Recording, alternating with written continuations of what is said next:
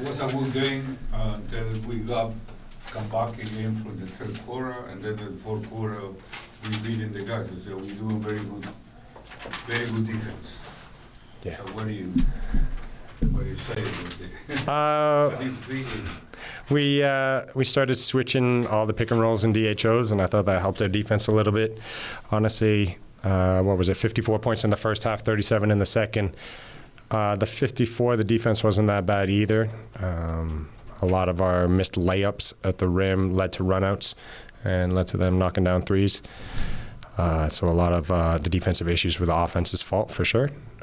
But the second half, the switching everything, I don't know if it provided a little bit of energy or let them kind of change their mindset, but a lot of it was the offense, not the defense, I felt.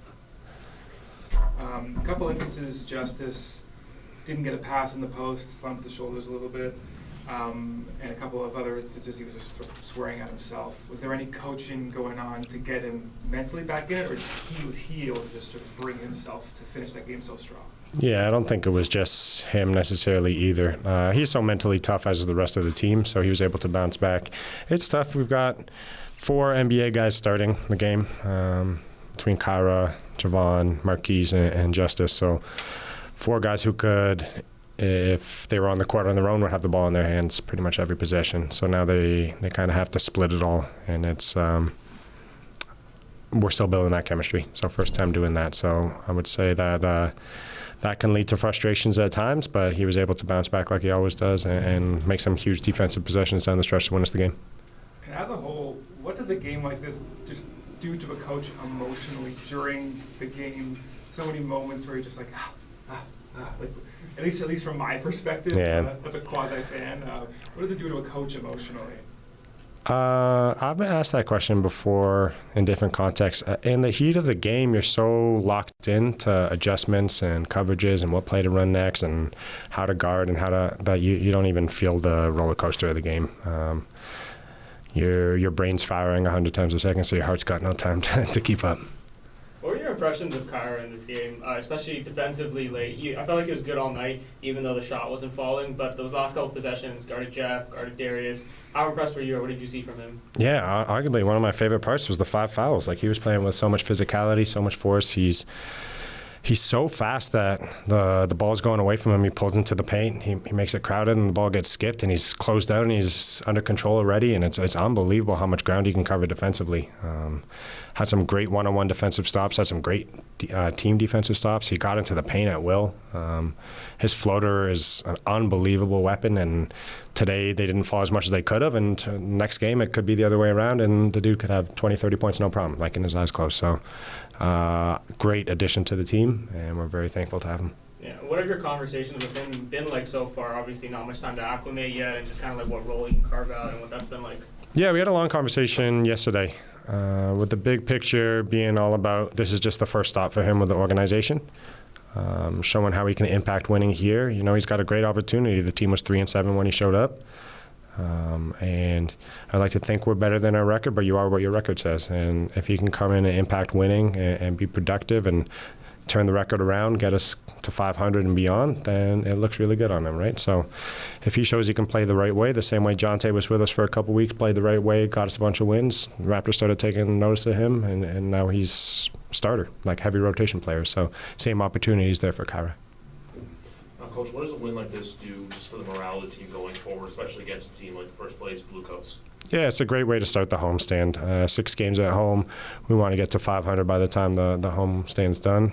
Would have been a lot tougher if we lost the first one. So, Justise, when you see the last minute of a game, you're up, all it takes is lockdown defense. What does that do to you, like, emotionally? And you know that's all it takes to win a game? I just saw it as an opportunity. You know, before the games, I have a journal that I read, and one of the things in there is, you know, there are infinite amount of plays to be made over the course of a game, infinite amount of winning plays. So I was a little frustrated. You know, I didn't have the best start to that. Was it the fourth? Missed a layup, missed a dunk, whatever. But I just knew there's infinite amount of plays, and so I just saw that as an opportunity to help my team win.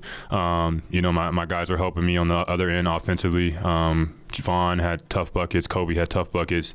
Khoury really came in and, almost played seamlessly like he's been here. So I just knew in that moment that I had an opportunity to really help my team and boost us to try to get a win. So that's why I tried to get that stop.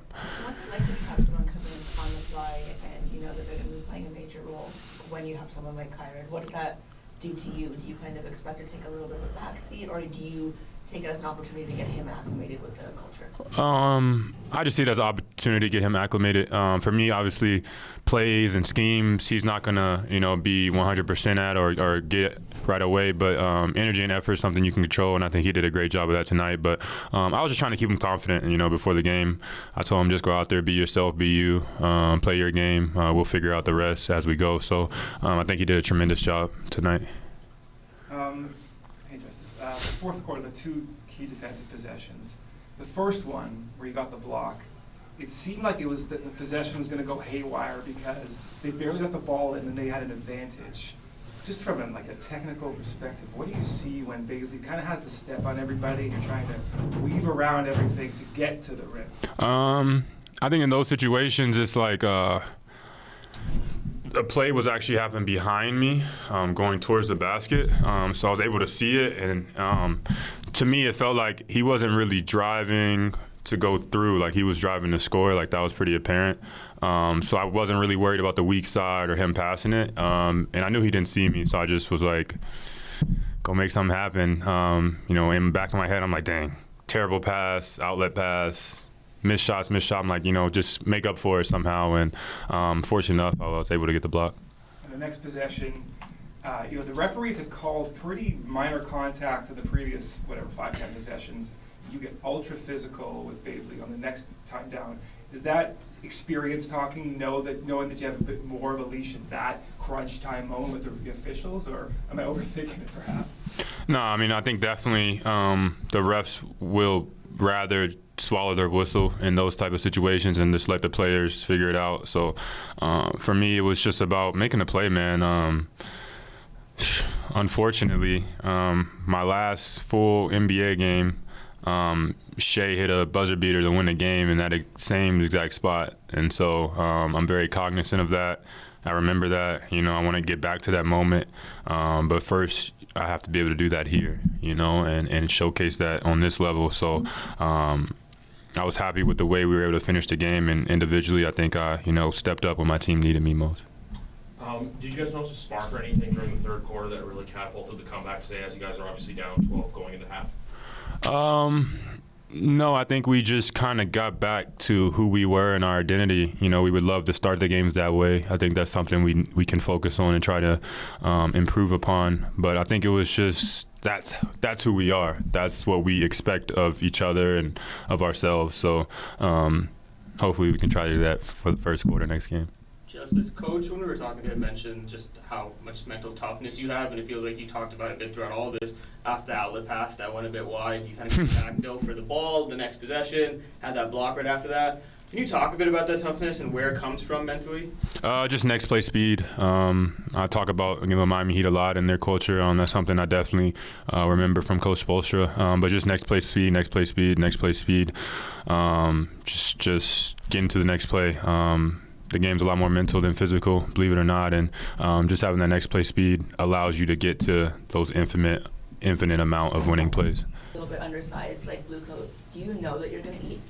That's the pregame plan. We're doing our scouts and everything like that. We assess if they have size down there or not, and usually when they don't, the game plan is to go in there and crash the glass and, on the offensive end too, attack the basket. So, yeah.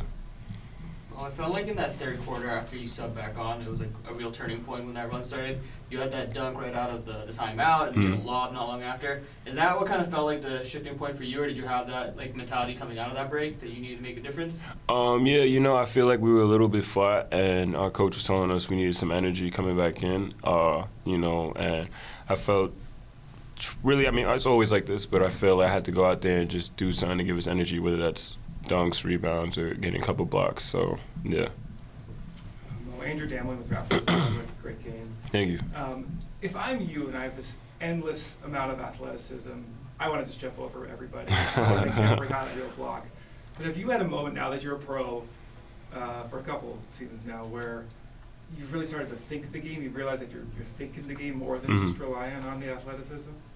Yeah, because, you know, on this level, you got so many athletes just on our team alone and other teams. So, you know, you really got to think the game. Sometimes you got to slow down. Sometimes you got to speed up and just use it to your advantage. And other things come into play, too, for me, especially when it comes to shot blocking. I'm athletic, but, you know, a lot of times it's more about timing. So definitely, I feel like the more years go by, and you see it just throughout the NBA, players come in super athletic, and in their later years, as it starts to diminish, they start to figure out other ways to stay productive. So.